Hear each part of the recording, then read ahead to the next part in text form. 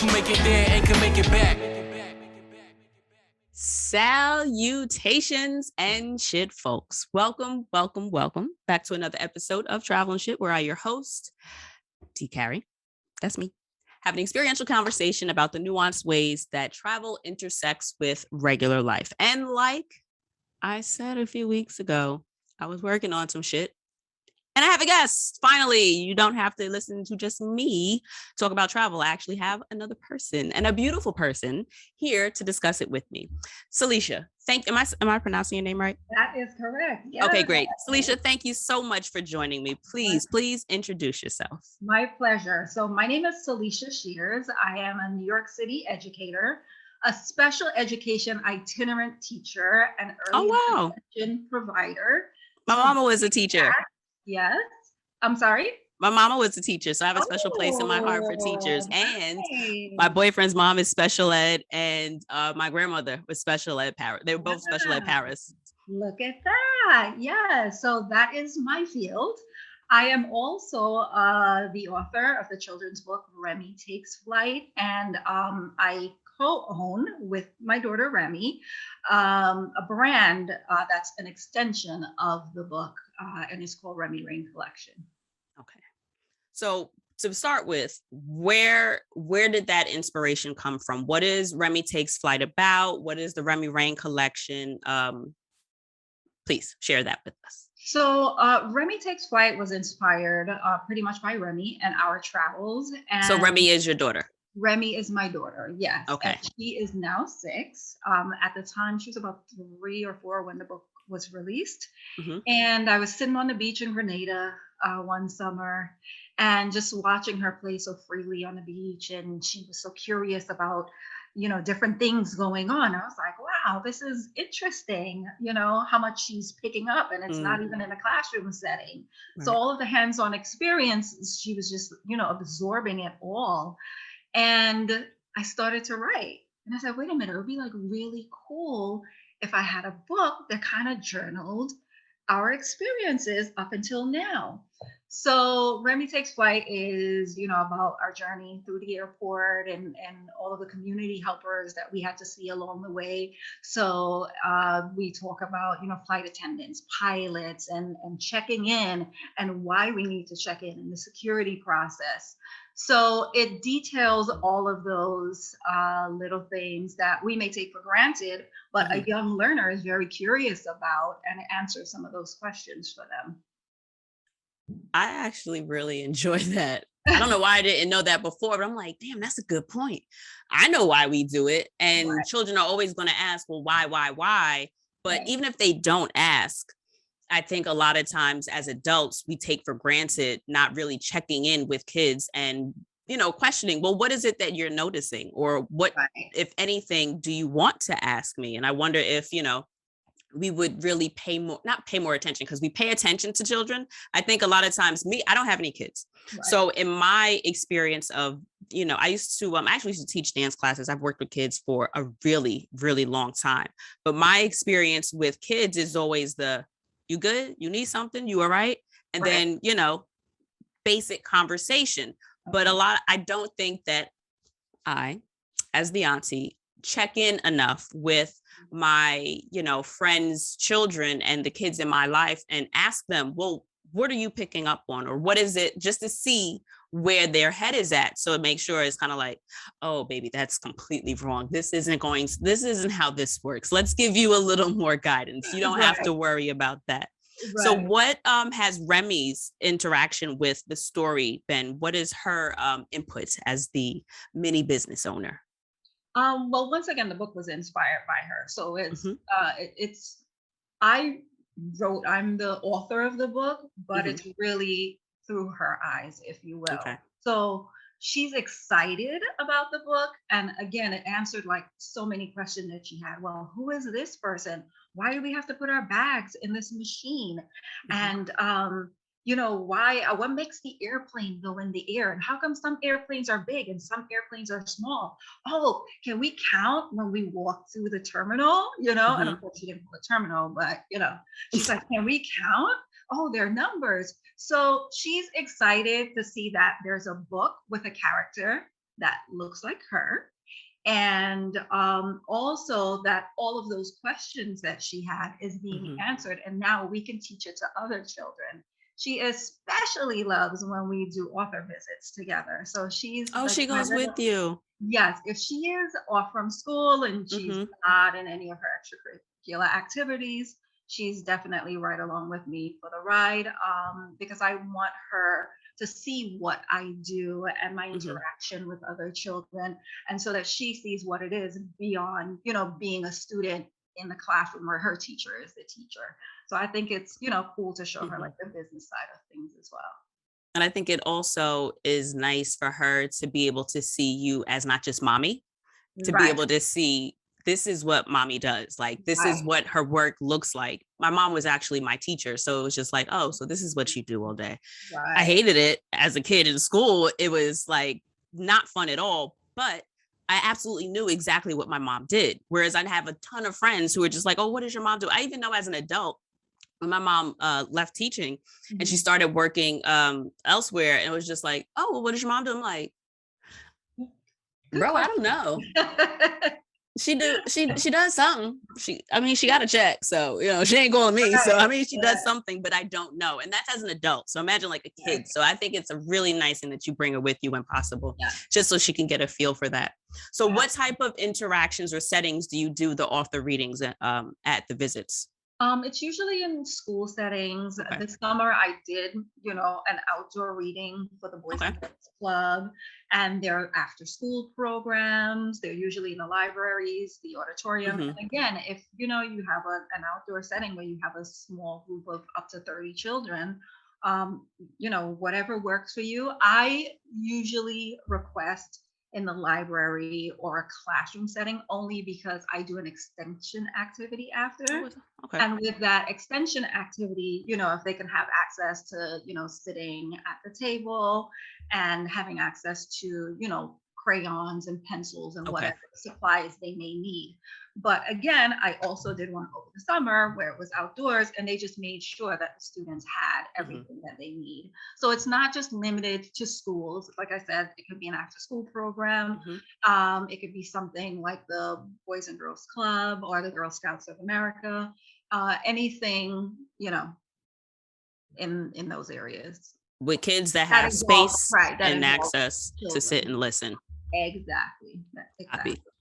So the book and the brand was inspired by your early travels. You said she was about what, 3 or 4 when you wrote the book? Yes. Well, when I wrote the book, yeah, Hmm.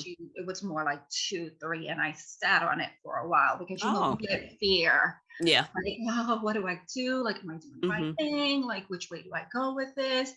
And I let fear take over for a little bit, And I was like, Hmm. wait a minute, like, what are you doing? This could be a good thing. Just like release it. The worst things are gonna happen is that people Right. may not buy it, but then you'll have people that will. Just do Right. it. So yes, she was about 2, 3 when I wrote it. And when it Hmm. was released, she was about 3 to 4 years old. Yeah. Okay. So she's an avid traveler at a young age. Yeah. What inspired you as the parent to want to bring a young child in your travels? Because I personally am, and then what kind of traveler are you? So when I travel, I don't think I'm necessarily, say, an adventure Mhm, traveler, if you will, mhm. but I don't like just show up and lay on the beach. I do excursions. I want to do zip lining. I want to do swimming with the sea lions. I want to do snorkeling with, what are they, mantas, which we didn't get to see any, but I like to be out and about and Okay. immerse myself as much as possible into some type of activity that I can't necessarily do while I'm back home. Right. That being said, how do you navigate, well, what kind of traveler are you, and then how do you navigate having your child with you when you do your traveling? Well, to go back to the initial question, Hmm. we well, she started when she was about 5 months. Okay. And my husband and I, our thing was well, first of all, we didn't really have anyone that we would just leave her with for a couple of days. And as new parents, we were kind of like, we don't want to leave her. Like, Yeah. no, she's going everywhere with us. And if it goes down, we're all going down. We're gonna be together. Yes. But no, we truly do. And we figured, like, if we're gonna have these experiences, even though she was 5 months during her first flight, like, we don't care if she doesn't remember it now, but we'll have the photos and we'll revisit it again later on in life, Okay. for her to have those experiences. Now, as far as the type of travelers that we are, we also love to be up and about, and we like to do excursions, and we love to, when we went to Costa Rica, we did the sloth sanctuary because she loves animals. So it was like a great learning experience for her, and we allow her to pick some of the activities as well. Okay. So that, she is remembering those things and she is making connections to it if she happens to experience it at school. And we're just getting ourselves involved and immersed in the culture and everything else that's happening, so that we're also learning from the experience. So how is that, I guess, making it child friendly? How did you navigate that, making your travels like kid friendly? Because on one hand, I'm thinking, all right, well, you live your regular life at home with a kid. So like, how difficult would it be to just do the same thing while you're traveling? I think I'm kind of just stuck in like single solo person that just goes about things. Was it was it a difficult transition? Did you have to like plan things out more? Like, how did you make it so that you were able to enjoy your travels while still, safely and in, parenting and being, I don't know, I guess it's coming from a person that doesn't have kids. Like, it just seems like such a burden. Not a burden like your kid is a burden, but in my mind, I'm like, is this going to be safe? Is this like appropriate for a kid? Is like, it says it's an easy hike. Is it an easy hike, or is it like an experienced easy hiker? Like, I feel like I'm going to over worry it, but I don't know. Yeah. And in the beginning you do, but as you get the hang of it, you're like, oh, okay, it's really not that serious, Okay. And yes, those are things to be concerned about, because as a parent, you want to protect your child, you want to protect your family, and make sure that what you're doing, you're not going to do something that's going to have you regret it later on. Right. So yes, reading reviews, doing research is definitely something that we do. Yes, there are activities that we would like to get into, and we decide, maybe we'll do that another time. And there are times where we've brought my mom along, where if there's something that we would like to do, we'll do it together. But then, she and my mom would be like hanging out at the pool or something like that. So that helps as well. But yes, there's definitely some research involved. And again, we take into consideration the things that she likes, the things she enjoys, and also the experiences that we feel like we can both learn from, not just her as, a little, but us as adults as well. Right. Like this summer, we went to Colombia and we went paragliding. She did it too. Nice. People were like, "Oh, you let your kid go?" Yeah, we did, and it was fast. We climbed 740 steps, the rock in Guatape, and yeah, she climbed 740 stairs. So a lot of times I feel like we're like, oh my goodness, is this something appropriate for kids?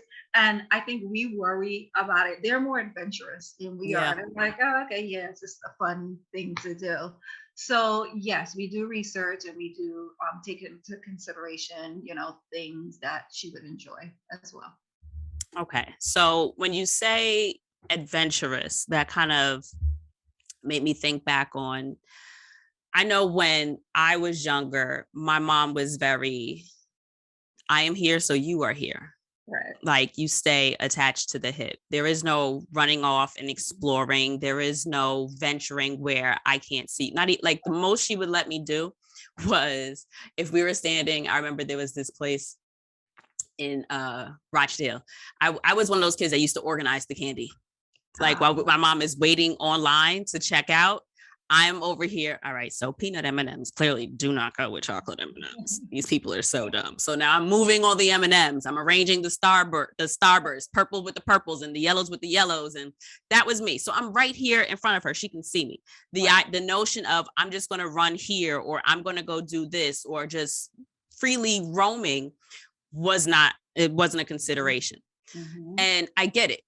Especially as a Black parent, my mother had to make sure that she kept me safe. And unfortunately, in a world where Black and brown kids just aren't able to, or I would say Black and brown parents don't necessarily feel as comfortable letting their children express their curiosity and, giving them that space to explore because of safety. Also because of the way the rest of the world is going to possibly perceive them as a threat or as, a little person that's just here to cause havoc and they're just being sick, Right. So how do you navigate allowing Remy to explore and to be curious while also, keeping her safe, whether it be home or while you're traveling?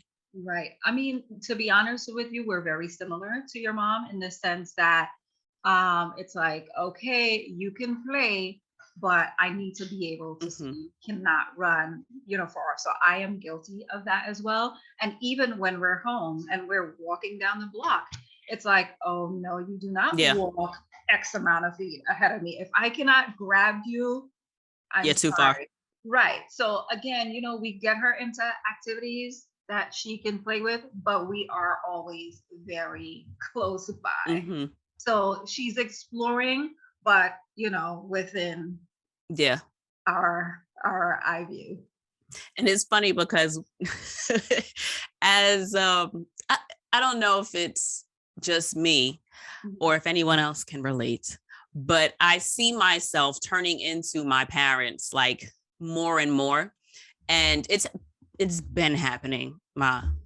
Trust me, I've been responsible for some time now. But while I'm driving to work, I'll look and be like, this bitch is nuts. Why is the child so far from her? What is she doing? Or why are they letting the baby ride the bike across the street? Get off the bike and walk the bikes across the street. Like, this is Brooklyn. Like, we don't do this here. You're a transplant. You're not from here. This is not how you, why is the 3-year-old on the little scooter bobbing with the little helmet and you're on your bike behind it? You know what I mean? Like little things where it's just like, how is this like, okay? And I don't want to judge other people's parenting because I get that maybe not everybody, worries as much as I do. But I also don't want to, make it seem like there's always something lurking to go wrong around the corner, but things go wrong. And I don't know, it's just one of those things where I think it's how you were brought up too, because I was brought up that way. Like, you don't go too far. I'm from a small island where everyone knew everyone. And, where I lived in a building when we moved to this country, and my mom was like, you better not leave that porch, those steps in the front of the building. So, and I just naturally, I just have that. And then you can't help but like be cautious because of all the crap that you see on the news. Right. So you're like, oh no, I'm going to protect my cub, And yes, there are people that are a bit more free. Maybe it was how they were brought up, and, maybe they're a bit more at ease with the world that we live in. But yeah, for me, I'm that mama bear that's kind of like, yeah, no, don't go too far. Yeah, I'm with you on that. Yeah. So future kids, stay close. Yeah.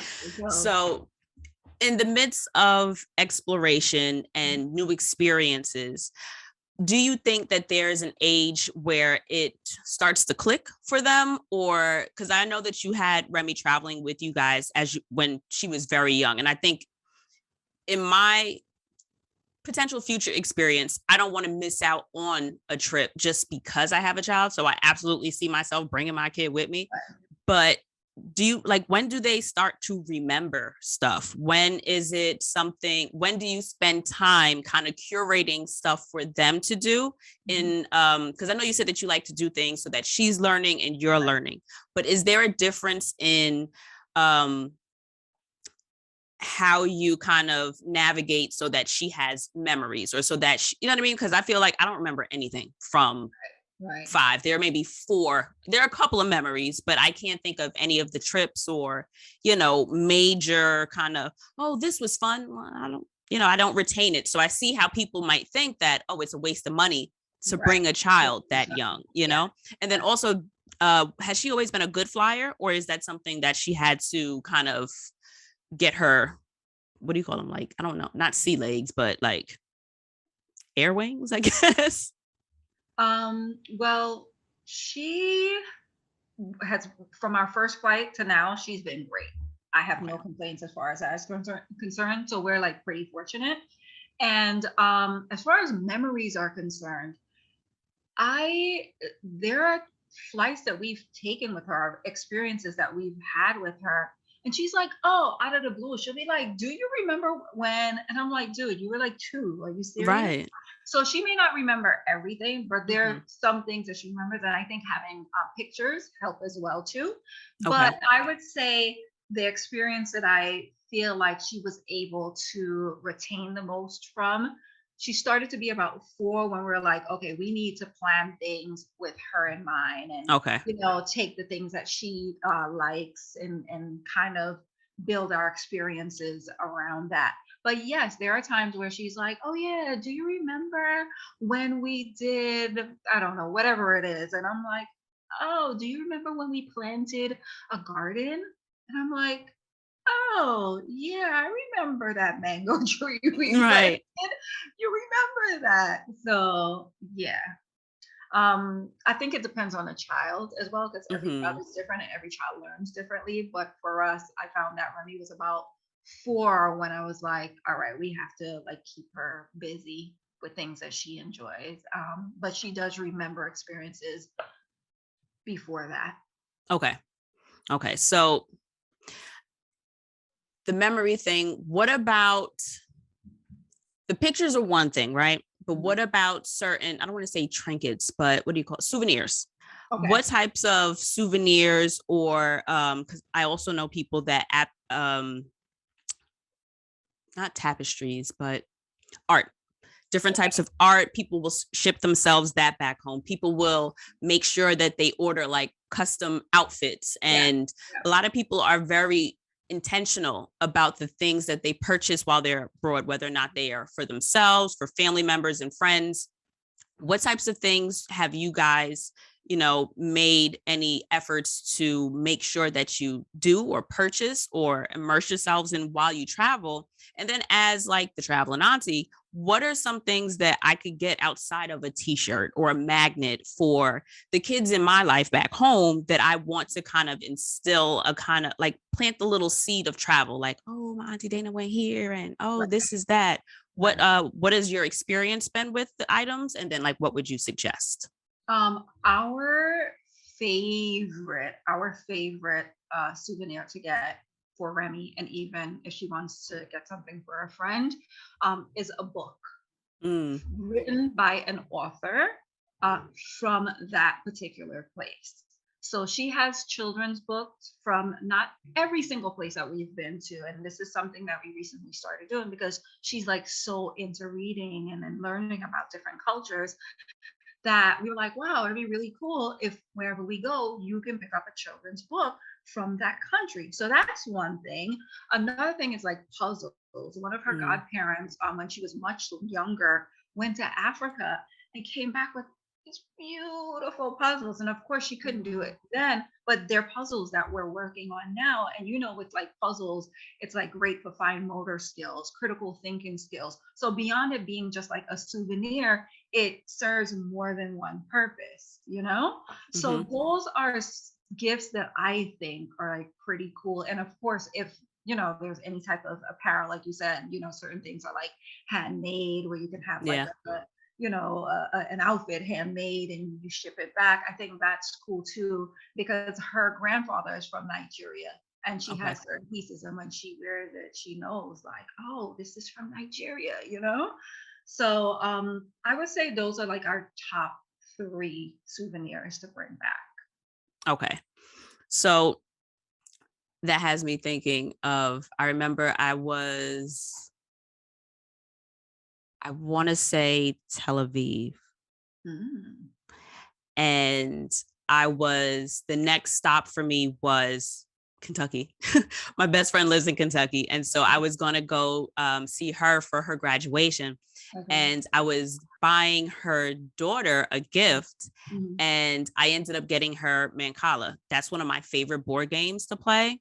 And so I don't think she'd ever played. And so it was like a very particular fond memory of mine, like teaching her how to play the game, especially considering I purchased it for her out of the country, like overseas. So it's like, yeah, I just bought this back from Israel. You know where Israel is? All right, well, this. And so, but then actively being able to, engage with her with it. And now every time she cracks it open, if she remembers, she's 11. I don't even think she cares at this point. But, if you are able to create a memory around them, if you're fortunate enough to be able to, be with them, because, I'm not always there.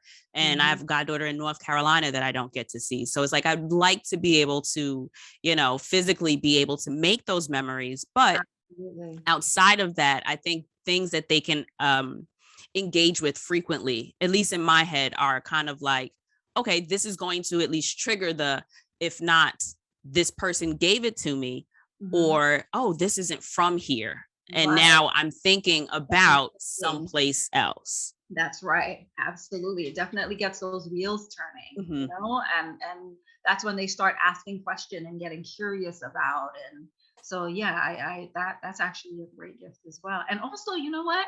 Dolls, like if it's for a little girl, of course, I'm not big on giving toys. But again, if it's like a doll that represents a specific culture, I think that's something that's like really cool for my daughter to have. Like she loves stuffies, like stuffed animals. So another thing she loves to collect is stuffed animals. So like when we went to Costa Rica, she has like a little sloth, and so that's cute. Right. So that's also another thing. And yes, a game is also a really good idea because you can sit and you can engage and you can interact and you can have that moment. That's actually a really great idea. Yes. Maybe. Yes. So what type of conversation do you suggest around, like age appropriate conversation around travel? Because I know for a long time, for me, I didn't leave the country till I was 30. Because I always thought that travel was one of those things that you do either like when you retire or when you have like your big job and you have your big check and your salary and like your life is settled, like you've fully stepped out of your baby cocoon into adulthood, and there are things that need to be in place before you can travel. And then surprise, grew up, thanks internet. Travel is so much more than that. What type of age appropriate conversation do you suggest that we can have with the kids in our lives, whether they be our own kids or just babies that we love, that we can kind of engage them with so that they kind of get that seed planted, even if we aren't able to bring them with us, or, to prepare them if we do decide to travel with them? Again, I think like books are really, really important. And even like a show like Dora the Explorer, like Remy, like, okay, so where's Dora? Where's Dora from? I think those things also get kids thinking. And as an adult, we can help them to go a little bit deeper with that thought process. And again, books has been like our go-to for Remy if we're learning. And her globe, she has a globe. So we'll, look at the globe. We'll talk about different countries. We'll talk about the continents.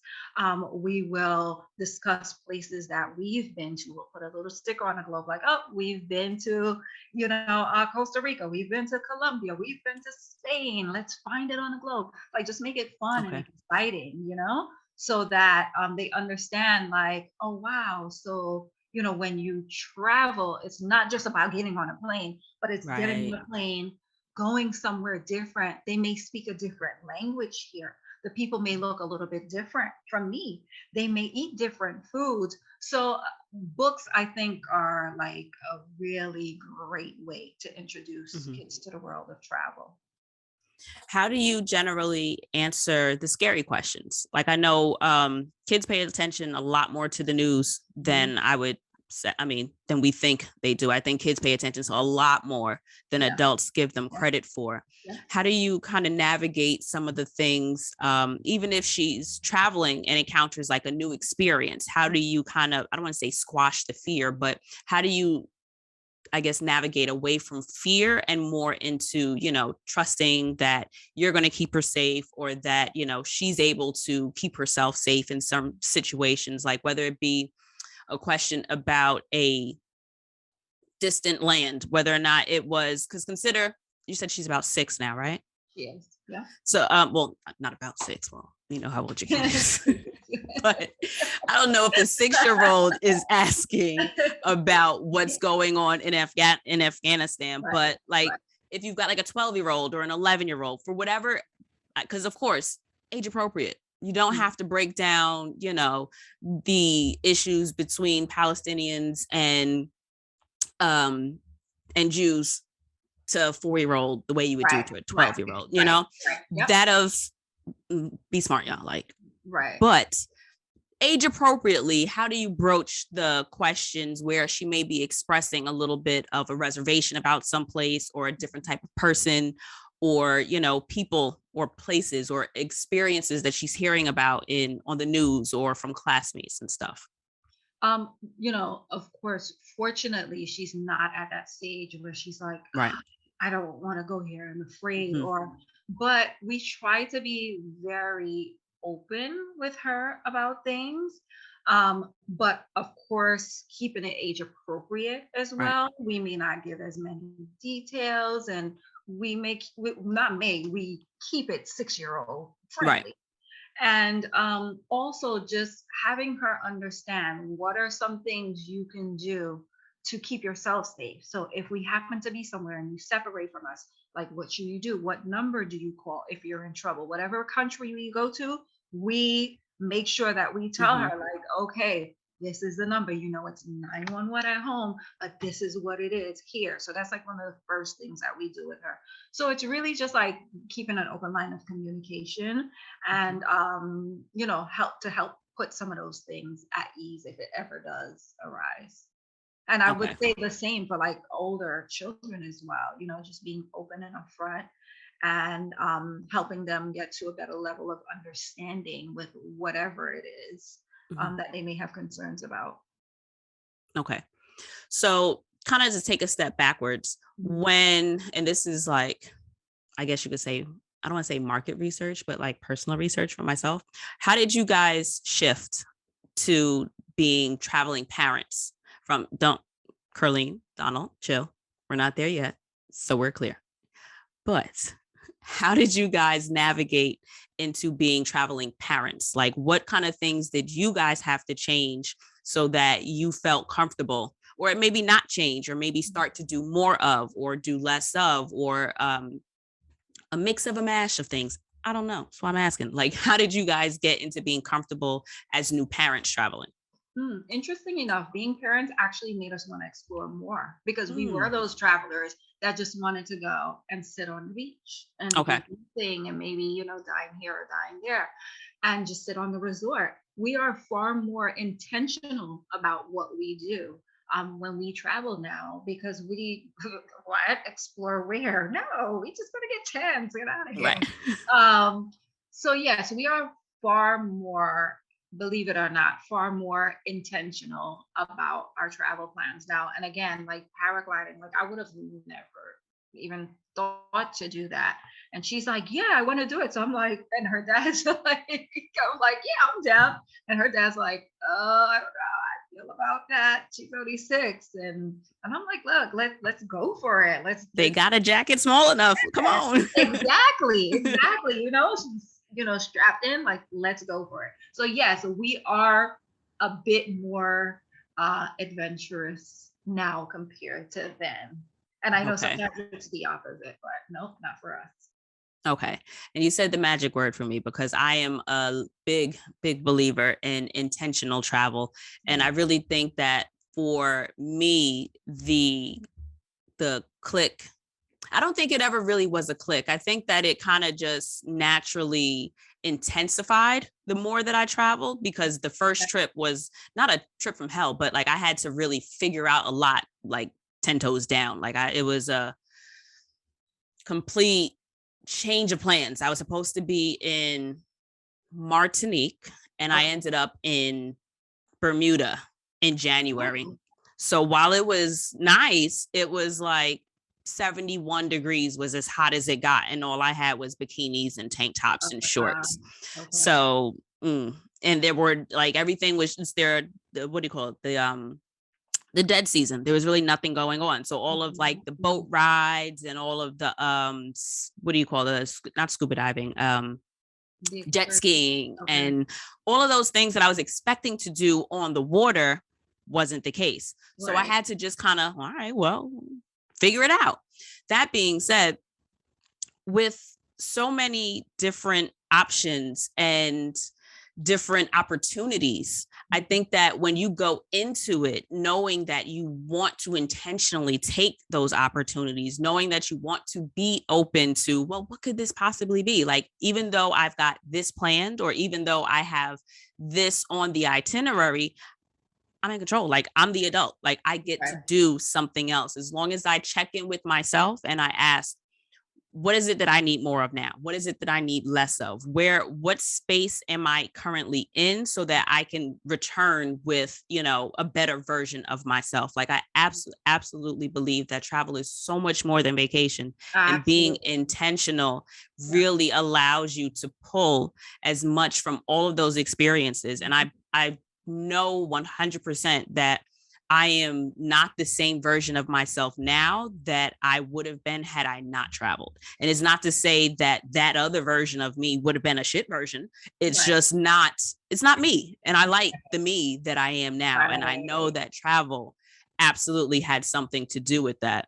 Absolutely. No, I agree with you. And my experience is very similar. You find that you're so much more free. And, again, you find yourself trying things and doing things that you may not have normally done. And again, being a bit more intentional about it, where it's like, oh, wow, travel is more than sitting at the beach and getting a tan, So I agree. And I think also you realize how capable you are.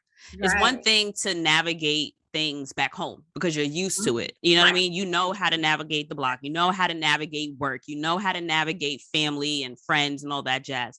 And there's one variation of strangers that are like strangers that like strangers that are in your spaces that you're used to. But then it's like strangers that, I don't even speak the same language. We don't even have the same cultural norms. Once you're able to like comfortably navigate, and by comfortably, I mean knowing that you'll be fine.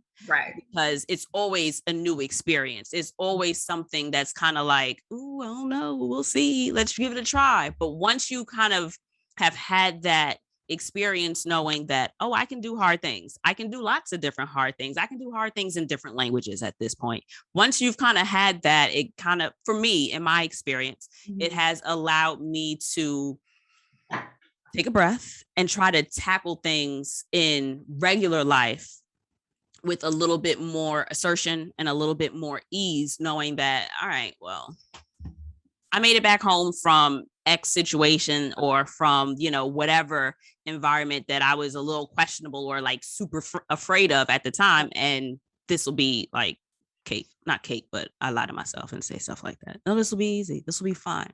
Right. No, it's true.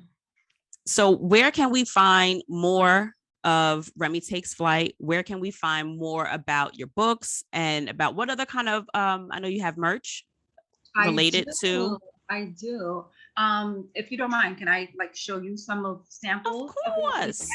Okay. So because Christmas is coming. And Christmas. So and now mind you, even if it won't make it, because we getting close to Christmas, even if it won't make it in time for Christmas, I like to think of y'all going to get gift cards. Your baby's going to get money. Like you're going to get money, God willing, good luck, y'all, for some kind of gift. And these are also things that you can purchase with that Christmas money. So please, with the samples. Absolutely. So this is the book, Remy Takes Flight. So this is the cover of this is little Miss Remy, and you guys will get to meet her shortly because she eagerly wants to say hi.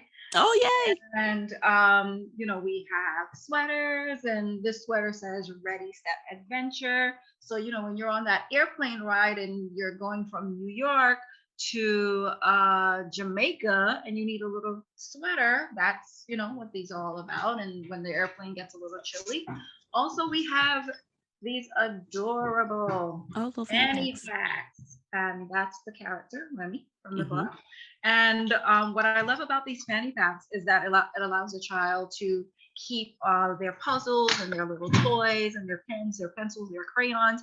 It's around their waist, but their hands are still free, so they can hold on to mom and dad and be safe. We talked about staying within, like, oh no, you just stay nearby. When you can still hold your child's hand while pulling your case or whatever it may be. And we have carry-on backpacks. So this is a backpack with the character, and we have different designs. That's just one of them. And it has her, and of course, because the character is a Black character, it doesn't mean that the book is only for Black children. Right. I read books with little white kids on them and was fine. So exactly. Almost every book that I own, no one looked like me. Exactly. And that's why I'm excited that Remy has a character that looks like her. And also, puzzles. So the puzzles. On the airplane, yes. When we are on the plane, this is really cool. It comes in a little baggie. You can stuff it in a pouch. And you can do your puzzle when you get tired of watching the iPad. They can go at it with their puzzle, and again, have everything they need. We have travel blankets, t-shirts, of course, water bottles, because when you go to certain countries now, you are not allowed to bring in plastic bottles to certain parks. So you need a reusable water bottle. So we also offer those as well. And author visits. Remy and I usually do it on my own, but I usually encourage parents, I encourage teachers, and of course, principals to not only have a book on the bookshelf in your classroom, but to give your children the experience of being able to meet that author and have that Black author, right? A Black woman author. Exactly. And you have them come in and read that book to your students, and also do an extension activities where they can ask questions, they can take pictures. And again, the holidays, yes, it's all great about giving the material things, the Fanny Packs, or whatever you decide to give your child. But for me, it's all about the experience. In addition to these amazing things, gift your child a passport if they don't have a passport. Gift your child, if you can't fly, go to the Statue of Liberty. And I'm saying the Statue of Liberty because we live in New York, but give them experiences of a lifetime, things that they would remember, things that they could take with them, things they can ask questions about, things that they can learn from. So I know that's not part of the question you asked me, but no, that applies. To the point I'm trying to make is just it's beyond just the material things. Remy Racine literature, Remy Takes Flight, and Remy Racine collection is not just about the apparel, it's not just the book, but it's about an experience. We have an Instagram page. It's at Remy Takes Flight, RemyTakesFlight, and you can follow our journeys. You can see where we are. We give you tips here and there. You can also, see little tips about what I do as a CIT provider and also as an ABA provider. So if there are any parents who have questions about that, like, I'm open to have those conversations with you. And what's that? I'm sorry? What's that? Like a ABA provider? Oh, applied behavior analysis. So it's usually children who are on the autism spectrum. Right. So it's a scientifically proven technique that is used to try to get students on, performing at their age appropriate. Yeah. Okay. Yes. Copy. So yeah, if anyone ever has questions about that, they can reach out to me. I'm more than happy to answer. Again, our adventures are at Remy Takes Flight. The apparel is at www.remy, R-E-M-Y, Rain, R-A-I-N-E, collection.com. So it's RemyRainCollection.com. That'll of course be in the description, guys. 'Cause I know that's like make it easy. I know she asked one question and I went in. No, I love further answers because I too am I could never be like on nobody's witness stand because they say answer the question asked, but you're missing the point. Like the question you asked did not answer you don't know what you need to know, and I'm here to tell you what you need to know. So no, that was perfectly fine. And we were mentioning passport, and that got me to thinking, if you can't fly, like you had mentioned, make a local passport. Like your kid don't know no better. Like make a New York passport. Or if you're going to Georgia, make a Georgia passport. So every time they visit someplace, you could buy a little notebook if you want to, and you could like have them doodle something, or you can give them, a little sticker, or you can make it kind of arts and crafts. See, I'm a DIY kind of girl, so I think that would be fun. It would be fun. I'll tell you, Remy just had this little fair at her school where they did like a multicultural fair. Oh, cute. And it was all the countries in South America, and they gave them little passports. And oh, they had to stop cute. at each little station and learn something about one of those countries. And when they listened to whoever was there and did a little activity, they were able to earn a stamp via. That is so cute. So that's actually a really great idea. Yes. Look at me with ideas. So is Remy there? We get to say hi. Yes, Remy, where are you? Come say hi. She's already in her jammies. So with our parents. Hello, little traveler. It's so nice to meet you. Nice to meet you too. I'm so proud of how brave you are traveling. A lot of people are scared to travel. No. Because you're not. You're extra brave. Very proud of you. Is there anything you want to tell other kids about traveling? I want to tell them you can learn a lot by traveling, because traveling is very good. Do you have a favorite memory from your travels? I remember when I was 4 and I went to Grenada. Oh, is that your favorite place? Yes. So now I have to go see your favorite place. I would love to visit Grenada and tell you about it. Thank you for visiting us. Visit you. You have to come visit me. All right, we definitely will. Grenada. I'm going to get to Grenada. Is there a food that you know from Grenada that I should try? You could try the cucumbers. Oh, I like cucumbers. So my dad, on our property, we plant our own food. So we eat whatever we plant, we eat from. So her thing is cucumbers is not necessarily a Grenadian dish, but But I'll try them from Grenada, because that's one thing that I learned, is that American fruits are not the same as fruits and vegetables everywhere else. I was very surprised by quite a few. Yeah. All right. Say nice to meet you. Nice to meet you. The pleasure was all mine. Thank you so much for being here with us. You're welcome. Okay. Thank you. Bye. Bye. Now I'm going to think of every time I think of cucumbers. I know. Salisha, thank you so much for being here with me. I really appreciate you speaking with the audience. And I will definitely have all the links in the description box so that you can purchase merch and books. And I will also be giving away a $50 gift card so that you guys can shop with Remy Racine. And that if you didn't get any Christmas goods, I got you covered. So I will have the link for that in the description box as well, so that you can sign up. It's basically just join the mailing list and you get a chance to win a $50 gift card.